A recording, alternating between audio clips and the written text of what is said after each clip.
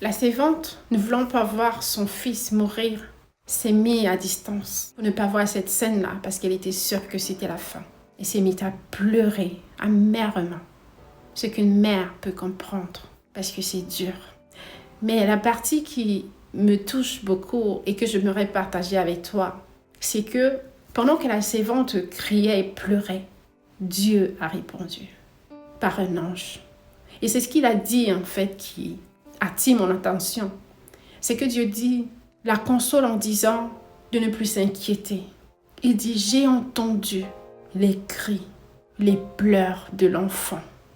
Pourtant avant ça, à aucun moment on a écrit dans l'histoire que l'enfant était en train de crier. C'est probable.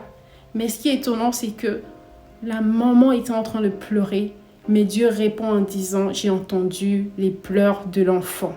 Parce que l'enfant faisait partie de l'alliance que Dieu avait avec le père de l'enfant.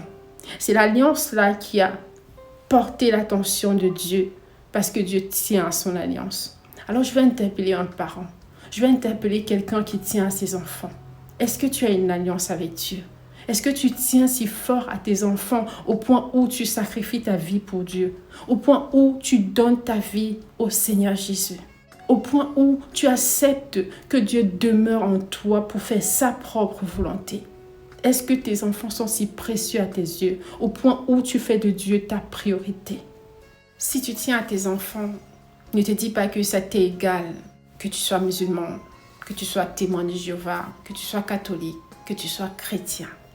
Ne dis pas que ça t'est égal, que tu sois païen. Non. Parce que avoir une alliance avec Dieu, c'est avoir une sécurité pour ses enfants.